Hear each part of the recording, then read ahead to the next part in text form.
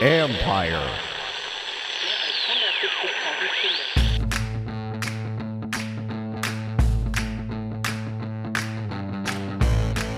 Hello and welcome to my podcast. Do me a favor, subscribe to the Giant Comedy Report wherever you get your podcasts.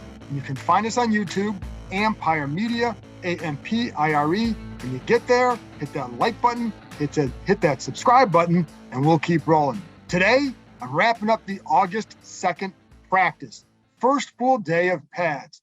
And that's noteworthy because the intensity does increase. Now, it's not like it was back in the day where teams would have live hitting. In fact, I remember covering this team when they'd have a full inter-squad scrimmage where you really learned about guys. You do learn more during these workouts, but you don't see the live tackling. You hear collisions.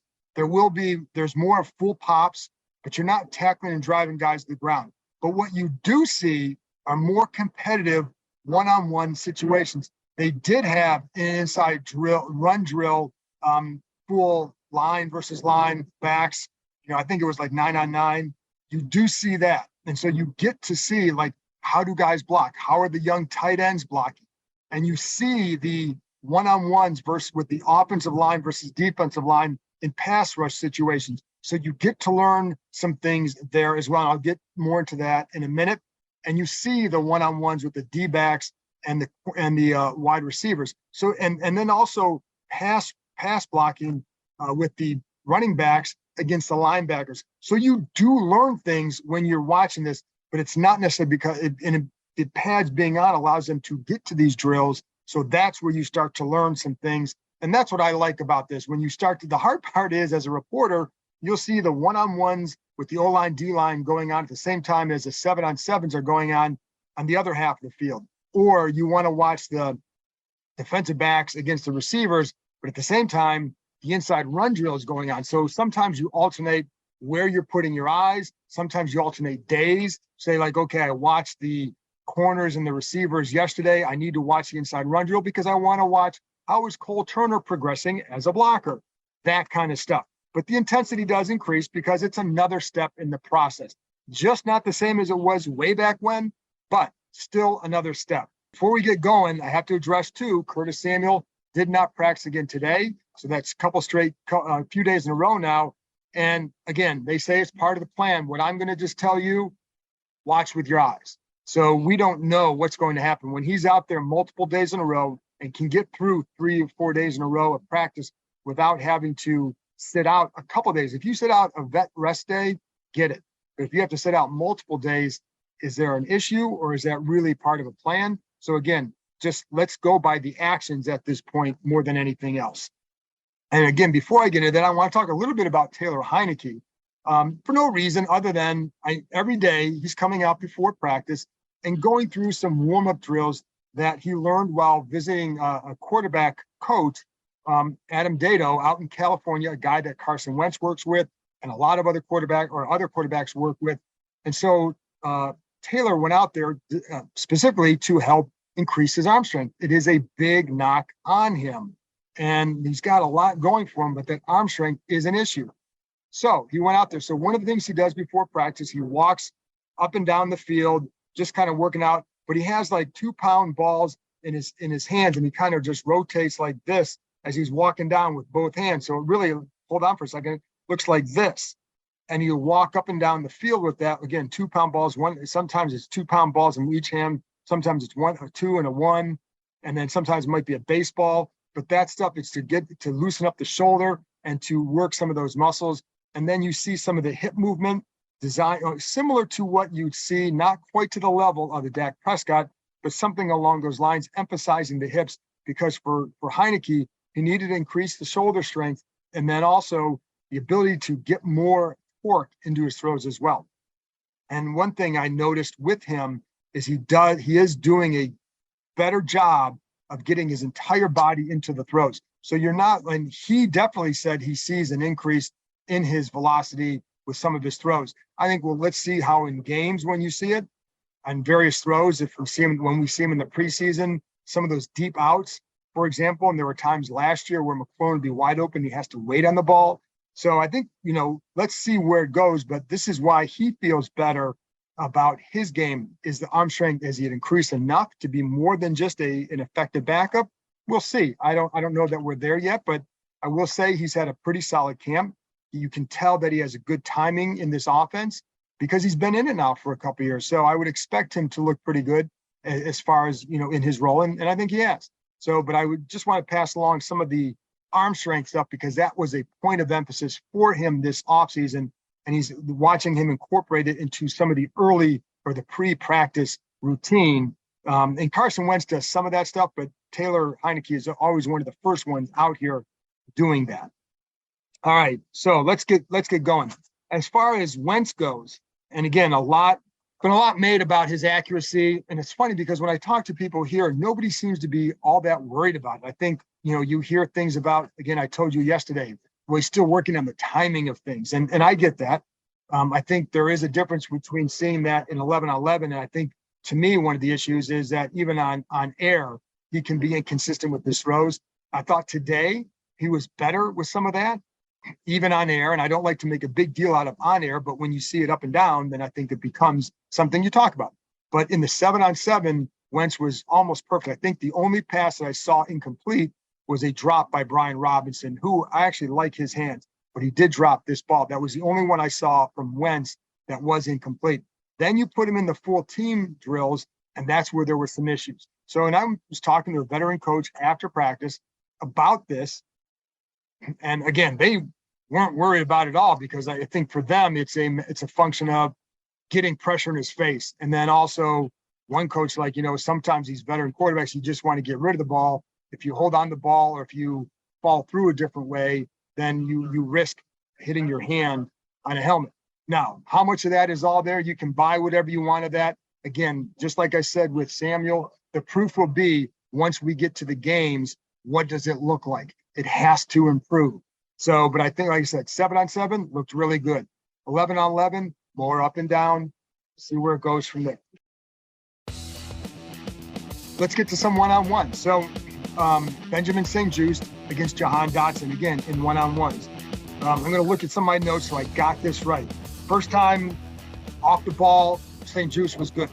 Good position, physical. The problem came when this is one thing that you see with young defensive backs a lot is where they put their hands as the receiver cuts. So Dotson cuts inside and St-Juste is all over him, but he's grabbing his pads up high. It's going to be a clear pass interference. If you remember, Bashaud Breeland had that issue back in the day, but you see it a lot with the young defensive backs. I saw Christian Holmes would have been flagged for that as well in one of these drills, and that's just something to watch. But I will say, St-Juste, the next time he made a play, he read the receiver perfectly, and he kept his hand down low. So if you're going to grab on the guy, you want to grab it lower, out of the vision of the officials. But a really nice job by him on that one. I think that was against Dax Milne.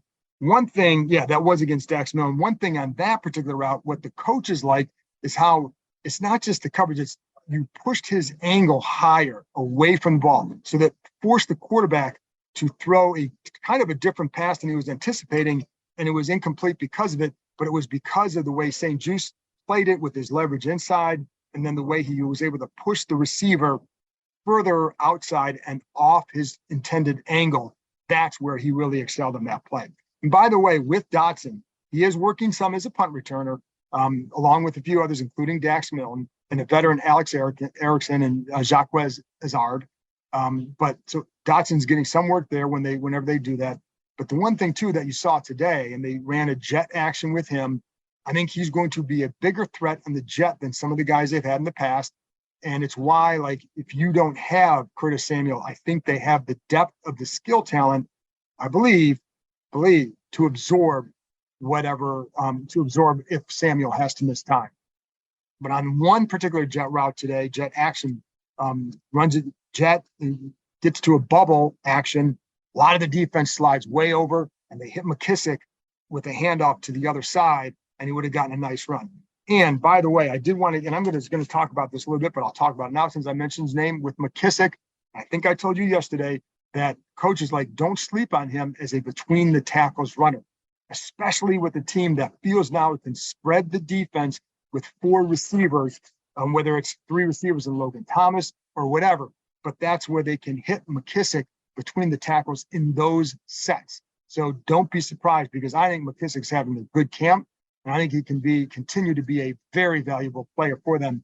When he was out last year, it was he and Thomas especially a noticeable drop off. So let's get back to the one-on-ones. Christian Holmes against De'Ami Brown. Again, in this one, there was one play like, all right, this is where I think a veteran or rookie's lack of knowledge comes into play. Veterans' knowledge would have come into play. So off the ball, Holmes was clearly waiting for Brown to kind of stem into a route, right? Waiting for that fake. Brown had no intention to do that and just buzzed right by him. Wentz hits him in stride with a perfect throw. And it was just his speed. It was all De'Ami Brown's speed. And I think Brown, again, has to, if they lose Samuel for any length of time, if he has to miss time, if he's not healthy, they need Brown to develop. He did have another route earlier. I think that it was in, can't remember if it was in 7-on-7 or full team. And I'll get to it in a minute, but it was a good throw, a little bit low, but it was away from the defense. And Brown did a nice job on his route, but then he dropped the ball. And so you've got to finish that play. But he does look different in camp. He does look like he's running more confident. And that's a good thing. And he talked about that in the spring. So that's something that's good. But you got to finish the play, because if he does, he can be a big threat for them. And so there you go. Let's go to the O-line, D-line, some of what we saw there. And again, it's one-on-one pass rush. So you know they're going to rush they're rushing the passer. They're not trying to run block here. So the D-line kind of knows you're getting after it, both sides. John Allen against Andrew Norwell. Allen won that pretty decently 3 different times. Drove him back. Allen has looked really good throughout. Today he had a really good day, but in that one-on-one, he clearly went 3-0. Sam Cosmi against Montez Sweat. Last year, if you recall, Cosmi struggled with Sweat and Chase Young. His indoctrination in the NFL. He has not stood out in that way this year. There you see a difference in Sam Cosmi, and I saw it in the couple reps against Sweat. Felt like the first time, very patient, took a good angle, so we allowed him to be patient. And then when Sweat starts to commit, Cosmi gets his hands up. And it was just a nice job by him. Got the nice punch on there after Sweat commits. Rides him out. Another time, it looked like Sweat may have started to get the corner on him, but I felt like Cosmi rode Sweat out enough. So if a quarterback's in the pocket, you just step up and you're going to avoid the sack. Cosmi looked different against Sweat on these rushes. One veteran who really struggled, guy who may not make the roster, but was Nolan Laufenberg, did not have a good one-on-one pass blocking period. I talked about J.D. McKissic. Let's get to Antonio Gibson. So one of the things that I'm curious to see, and you saw it a little bit today, and I want to see more of this, but I'm going to pass it along because it's what I saw in a couple of runs where I felt like he was better with his shoulder pad level. And that was a point of emphasis of his in the offseason. It's been a big point of emphasis with them for his first 2 years in the NFL. If he runs like that, that's going to be a good thing for them. The more he's able to lower his shoulder and get those extra yards, I think that will be a good thing. And, and I'm going to pay attention to that to see, is he doing it consistently? Because you see others that do it. Brian Roberts definitely does it. And again, I love J.D. McKissic between the tackles. And part of it is with McKissic, he has really good vision, but he's so quick to cut. And that separates him, but it allows him in those spread situations, especially, to get some extra yards because of his cutting ability. And again, with Gibson, I just saw him a couple of times run a little bit lower. Big point of emphasis. Saw it out there today on a couple of these runs. We'll pay attention to that more in the future. Saw a lot of 5-man fronts. They've been using those a lot. As you know, that's been a big part of their defense, or at least a part of their defense. And when they were in those 5-man fronts today, Montez Sweat a lot of times was standing up, sometimes on the left, sometimes on the right. A couple of times dropped off into coverage where he looks like he's going to fake come on the rush, drops into the flat. And one time he got J.D. McKissic on it. It was not a one-on-one coverage. Your responsibility is a flat. On various blitzes, if you want to make those work, you're going to drop a guy like that if you're going to run a zone blitz.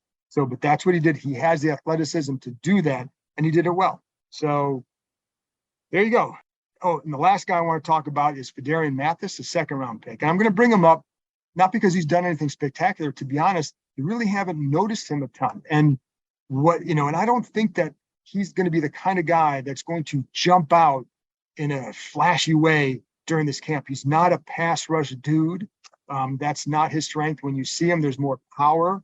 And so, I think you're going to see more of the ability to occupy guys or maybe create some havoc with what he's really good at with the stunts and taking two defenders, allow someone to come inside. I also wonder for him, and I've got to talk to him about this, is the transition from the two gap to more of a one gap. And again, they can have him two gap at times with others doing one gap, but there is a difference and there's a mindset that comes with it that John Allen and Daron Payne kind of had to work their way through. So, and I think they were a little bit more advanced as pass rushers coming out than Mathis was. So I don't know that this camp is set up for him to really, really be flashy. And so we'll see how he progresses in games. In those one-on-ones, he's, shows power. That's what he is. He's a power guy. So we'll pay more attention to that as the preseason gets underway in about a week and a half. So there you go. That's the practice report for August 2nd. I will be back on Wednesday with another report. I'll talk to you next time.